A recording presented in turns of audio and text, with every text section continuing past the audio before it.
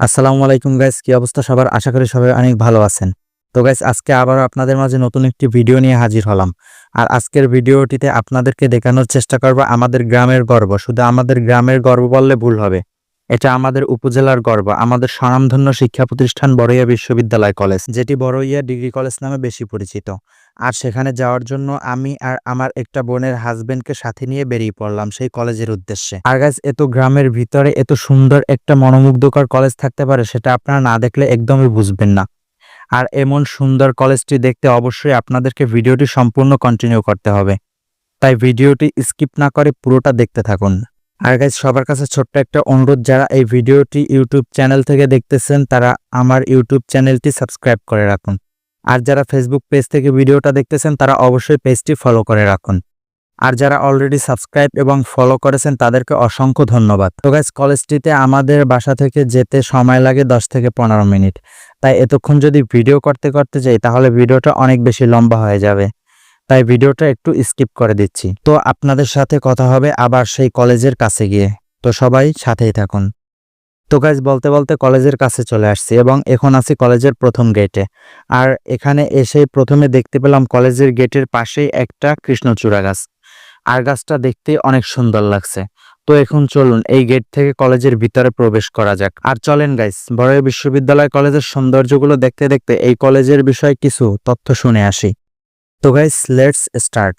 প্রথমে জেনে আসি কলেজের প্রতিষ্ঠা সম্পর্কে। তো আমাদের এই কলেজের প্রতিষ্ঠাতা হচ্ছে ঢাকা স্ট্যামফোর্ড ইউনিভার্সিটির প্রতিষ্ঠাতা মৃত ডক্টর AKM হান্নান ফিরোজ স্যারের সুযোগ্য ভাই, আমাদের উপজেলার সাবেক চেয়ারম্যান মোহাম্মদ মনিরুজ্জামান মনির স্যার, যার অক্লান্ত পরিশ্রমের ফলে অত্র কলেজটি একদম জিরো থেকে উঠে এসে এ পর্যায়ে দাঁড়িয়েছে। আর এই কলেজটি প্রতিষ্ঠা করা হয় ইংরেজি বছরের 1996 সালে এবং এই কলেজের অধীনে প্রথম HSC পরীক্ষা অনুষ্ঠিত হয় 2001 সালে। কলেজটি প্রতিষ্ঠার পর প্রথম পরীক্ষায় একত্রে 85 জন ছাত্রছাত্রী এই কলেজের অধীনে পরীক্ষায় অংশগ্রহণ করে, যেটা এই সময় গ্রামের একটি নতুন কলেজে খুবই বিরল ঘটনা। আমাদের এই কলেজের প্রতিষ্ঠার পরে প্রথমে এটার নাম দেওয়া হয় বড়ইয়া মহাবিদ্যালয়। তখন শুধু এখানে ইন্টারমিডিয়েট বা HSC এর স্টুডেন্টদের পড়ানো হয়। পরে যখন অত্র কলেজটি জাতীয় বিশ্ববিদ্যালয়ের অধীনে স্নাতক পাস বা ডিগ্রি কোর্সের অনুমোদন করানো হয়, তখন এই কলেজের নামকরণ করা হয় বড়ইয়া ডিগ্রি কলেজ, যেই নামে এই কলেজটি বেশি পরিচিতি লাভ করে। পরবর্তীতে আবারও কলেজটির নামকরণ করা হয় এবং নাম দেওয়া হয় বড়ইয়া বিশ্ববিদ্যালয় কলেজ। তবে আমাদের এই কলেজটি সবার কাছে বড়ইয়া ডিগ্রি কলেজ নামেই সুপরিচিত।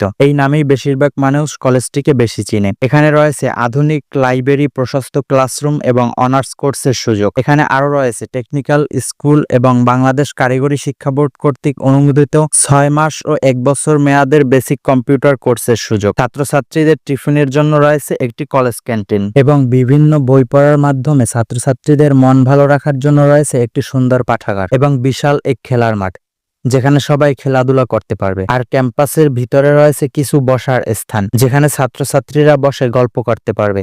যদিও এখন বেশিরভাগ গল্প মেসেঞ্জারই হয়, কথাটাই কিছু মনে করেন না কেউ। তো চলেন এখন কলেজের সৌন্দর্য সম্পর্কে কিছু কথা বলি। আর এই কলেজটির সাজানো ভবন ও তার সামনের সবুজ ঘাসে ঢাকা বিশাল মাঠটির কারণে এই কলেজের সৌন্দর্যটা বেশি বাড়িয়ে দিয়েছে, যেটা সত্যি খুবই মনোমুগ্ধকর। এবং কলেজটির ভিতরে রয়েছে বড় একটি শহীদ মিনার, একটি বটগাছ, কিছু নারিকেল গাছ ও একটি ফুলের বাগান।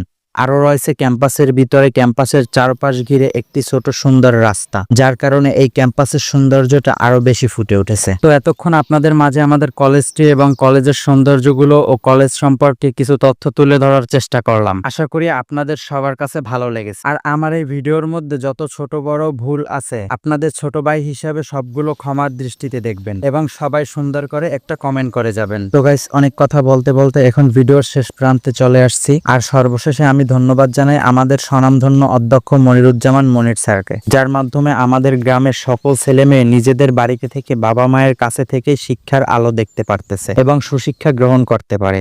স্যারের প্রতি আমরা সকলেই কৃতজ্ঞ। আর একটা কথা, এখানে কলেজের পাশেই রয়েছে হাই স্কুল এবং একটি প্রাইমারি স্কুল, তাই চাইলে এখানে শিক্ষা জীবনের শুরু থেকে প্রায় শেষ পর্যন্ত এখানে পড়াশোনা করে শিক্ষা অর্জন করা সম্ভব। তো গাইস, আজকের ভিডিওটি এই পর্যন্তই। ভিডিওটা আপনাদের কাছে কেমন লাগছে তা অবশ্যই কমেন্ট করে জানিয়ে দিবেন। আর চ্যানেলটি সাবস্ক্রাইব করতে একদমই ভুলবেন না। তো দেখা হচ্ছে আবার নতুন কোনো ভিডিওতে, ততক্ষণ সবাই ভালো থাকবেন। আল্লাহ হাফেজ।